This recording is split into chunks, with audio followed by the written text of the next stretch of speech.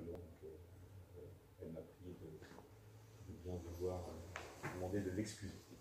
Voilà. Alors, peut-être d'abord, avant de rentrer dans le vif du sujet, qui nous sommes, puis je reviendrai sur qui je suis dans ce grand ensemble.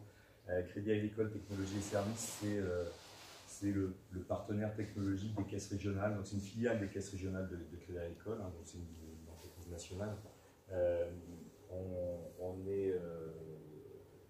On sert et nos solutions digitales. Alors, en gros, on est une DSI sans être une DSI, hein, pour faire simple, parce qu'on n'a pas, pour ceux qui connaissent, on n'a pas l'exploitation ou la production informatique qui est regroupée ailleurs, mais par contre, on a toutes les ex-fonctions de MO et MOA, parce que vous verrez, notre projet, c'est passé à l'agile avec des équipes qui regroupent l'ensemble des compétences. Et donc, nos solutions servent 20 millions de clients sur tout le territoire des caisses régionales, hein, et 72 000 collaborateurs. Donc, on a une obligation à la fois de qualité, de fiabilité, de sécurité qui est énorme dans nos métiers, et en même temps une obligation d'innovation, de time to market qui est très forte également. Pour ceux qui connaissent, hein, on a une de nos applications phares, c'est l'application Ma Banque que vous pouvez avoir sur vos mobiles pour ceux qui sont clients du Crédit Agricole, et qui, pour ceux qui ne sont pas encore clients du Crédit Agricole, jamais trop tard.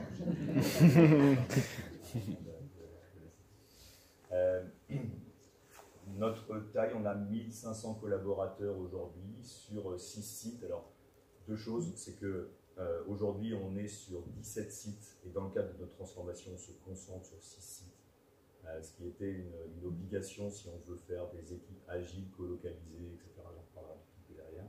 Et la deuxième chose, c'est que sur ces 1500 personnes aujourd'hui, on a commencé notre transformation il y a deux ans, on va dire.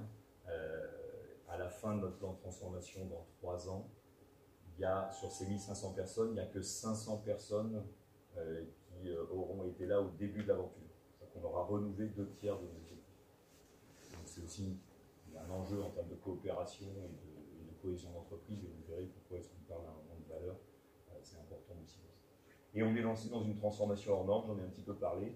L'idée, c'est que on est issu d'une fusion de 5 DSI, on va dire assez classique, qui étaient répartis sur toute la France, et on a l'ambition de devenir une entreprise agile à l'échelle.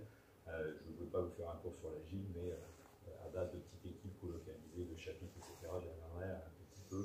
Et donc voilà, un challenge intéressant. Alors ça, c'est qui nous sommes. Moi là-dedans, j'étais jusqu'à la fin du mois dernier directeur en charge du pilotage de la transformation de CATS, au cœur de cette machine de transformation. Comme j'aime bien quand j'ai quelque chose avant de venir avec un échantillon, je vais vous parler de transversalité, du fait de bouger, etc. En fait, j'ai changé de poste là, depuis le 1er novembre. Maintenant, je suis directeur en charge de la cybersécurité au sein de CATS. Et c'est pas neutre, j'en parlerai tout à l'heure en termes d'exemple et en termes de. Voilà, donc ça, c'est qui sommes-nous? Alors, il ne nous a pas échappé que dans Crédit Agricole Technologies et Services, il y a Crédit Agricole. Et donc moi, quand on me dit casser les silos, voilà, mes racines, mon histoire me disent mais c'est pas une bonne idée, en fait. Enfin, en tout cas, avant de les casser, il faut peut-être se demander pourquoi. Et donc je voulais juste commencer en disant que casser les silos, ça peut être un moyen, ça peut être le bon moyen, mais il faut quand même se poser la question avant. Et puis il y a surtout des choses qui sont utiles dans ce fonctionnement en silo. Et peut-être 2 choses à retenir. La première, c'est que pour emmener les gens vers une transformation, si vous commencez à leur dire, enfin en tout cas c'est ma conviction, si vous commencez à leur dire qu'ils ont été nuls avant, c'est pas le bon moyen de les embarquer. Et si vous leur dites pas qu'ils ont été bons avant, ils vont croire qu'ils ont été nuls avant. C'est-à-dire que non seulement il ne faut pas leur dire qu'ils sont nuls, mais il faut leur dire que ce qu'ils ont fait avant était bien, parce que sinon on ne va pas les embarquer. Et si je fais le parallèle un peu avec l'agriculture, hein, dans les silos, l'intérêt c'est que les choses étaient quand même bien rangées.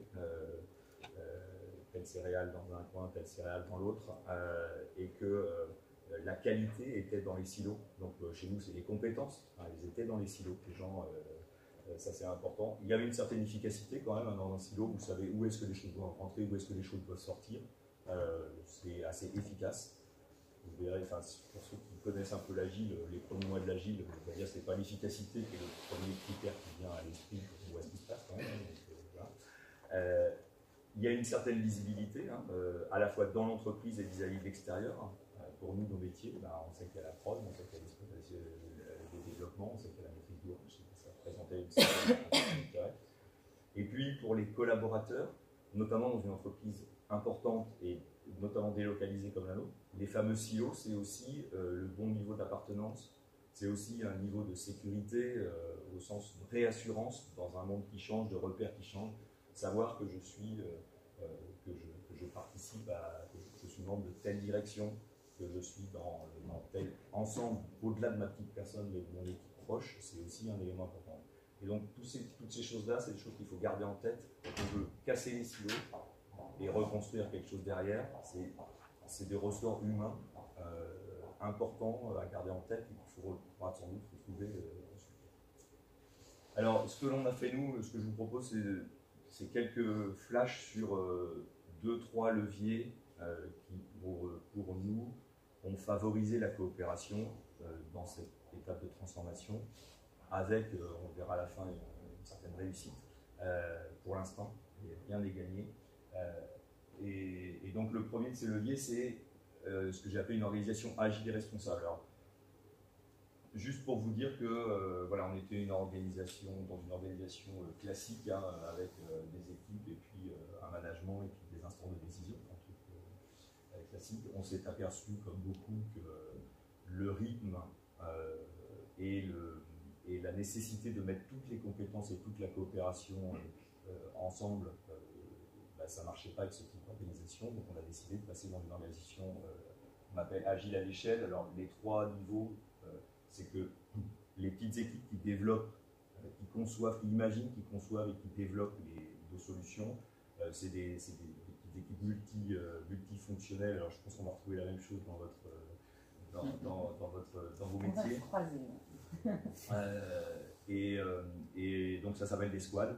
Voilà, c'est multi-compétent, donc on retrouve à la fois des développeurs, des gens qui connaissent le métier de la banque, des gens qui connaissent la technique, etc. Et ils sont responsabilisés sur un produit. Donc ils sont autonomes, ils ont un vrai sens à ce qu'ils font au quotidien. Mais en même temps, ces compétences-là, ça s'anime, ça se met en cohérence. Donc si on était juste avec des petites équipes juste à poser, les compétences ne seraient pas animées. Donc on a un deuxième niveau qui sont des chapitres. Les chapitres, c'est quoi? C'est des entités qui sont responsables, par exemple, de l'architecture chez nous, ou des tests, ou de la data, et qui animent les gens qui sont dans les squads, et qui les animent en transversal. Donc périodiquement, ils prennent tous les gens qui s'occupent de la data, et puis ils discutent avec eux, c'est quoi nos standards, c'est quoi nos meilleures pratiques, c'est quoi ce qu'on veut porter transversalement sur le domaine en question. Et puis il ne faut pas oublier, il y a aussi tout le reste de l'entreprise, et dans une transformation, c'est important d'embarquer tout le monde, donc les fonctions support, les RH, la finance, l'organisation, etc., qui sont aussi à embarquer et qu'on a aussi mis dans l'organisation. Ça, c'est l'organisation, c'est pas le plus innovateur dans ce qu'on a fait, encore que notre taille, passée à l'agile, on n'a pas beaucoup sauté le pas, mais voilà, c'est le soubassement. Ce que je voulais surtout dire, c'est que on n'est pas obligé, conviction aussi, c'est très bien de le faire, et nous, dans notre métier, c'était quasi indispensable, mais on n'est pas obligé de passer par cette étape de refonte de l'organisation pour casser les silos au sens intellectuel du terme et arriver à faire de la coopération dans l'entreprise. Valoriser la valeur collective de l'entreprise et la coopération ne passe pas forcément par une organisation de ce type. On peut, c'est bien, c'est intéressant, mais pour moi, on peut aussi faire plein de choses en conservant ou en faisant évoluer autrement l'organisation de départ. Alors, merci à Brienne qui assume l'entière responsabilité des visuels. Non, j'ai délégué. Alors, moi aussi, ils ont été remplacés. Non. Le premier point, au-delà de l'organisation, c'est ce qu'on a fait nous, c'est favoriser la compréhension de l'autre. Aujourd'hui, il y a beaucoup de frictions et beaucoup de coûts de coordination qui sont liés juste au fait que les gens supposent que les autres pensent comme ça, les gens supposent que les objectifs de l'autre sont ceux-là, les gens supposent a priori que les autres leur veulent du mal, parce que c'est un peu ça la vie. Et donc, très concrètement, alors vous avez deux façons de faire, hein, soit vous organisez des psychothérapies de groupe dans toutes vos équipes, soit vous essayez d'autres choses. Et alors, je l'ai synthétisé en disant vis ma vie dans l'espace et vis ma vie dans le temps. Alors, le vis ma vie dans l'espace, et c'est pour ça que ça aurait été intéressant que Déborah soit là, parce qu'elle était un peu à l'initiative de ça à CATS. L'idée, c'est de prendre le temps que des gens différents se rencontrent et passent du temps chez l'un et chez l'autre. Donc, ce qu'on a fait, Déborah a lancé l'idée, elle a été passer une journée avec le directeur général de CATS, et le directeur général de CATS, quelques semaines après, elle est venue passer une journée avec Déborah. Et ça, c'était très intéressant, à la fois pour eux, mais aussi pour tout le buzz que ça a pu faire autour. C'est-à-dire que Serge, le directeur général, en a parlé ensuite en Comex en disant c'est génial. Il pensait qu'à la France, on ne faisait rien, donc il s'est aperçu que c'était tout à fait ça. En plus, non seulement on ne faisait rien, en plus on le faisait mal. Enfin, et de l'autre côté, Déborah a pu dire ouais, ben, finalement, Serge, c'est un gars comme nous. Il y a des réunions à n'en plus finir, et puis vous vous rendez compte qu'il passe de sujet, il passe d'un sujet à l'autre, c'est très compliqué, c'est normal qu'ils ne vous connaissent pas forcément dans les couloirs toujours, parce que voilà, donc des choses très positives.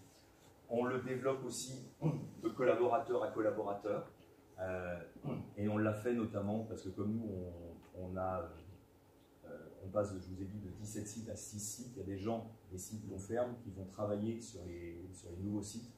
Et donc, pour les aider à faire le choix, on a organisé des immersions sur les sites cibles, où les gens sont venus passer du temps dans leurs futures potentielles équipes. Et c'est vrai, super. Et puis, dernier point, collaborateurs, clients, on fait de plus en plus, et notamment pour nos nouveaux embauchés, on fait des immersions chez nos clients, les caisses régionales. Donc ça, c'est très intéressant. Le deuxième élément, c'est ce que j'appelle vie ma vie dans le temps. Et là, le point, et je reviens sur mon cas personnel, je pense que lorsque on a été soi-même DRH, on ne discute pas avec le DRH en place de la même façon. Quand on a soi-même été directeur d'un ensemble de squad, on ne s'engueule pas de la même façon avec le directeur d'architecture, etc. Et donc, il y a un élément important, et nous on l'a fait à CATS, pas suffisamment, mais on l'a fait, on commence à permuter au niveau du comité de direction, et on commence aussi à permuter au niveau du management, de manière à ce que en fait, les gens, dans le temps, aient toujours vécu le métier d'une partie des autres.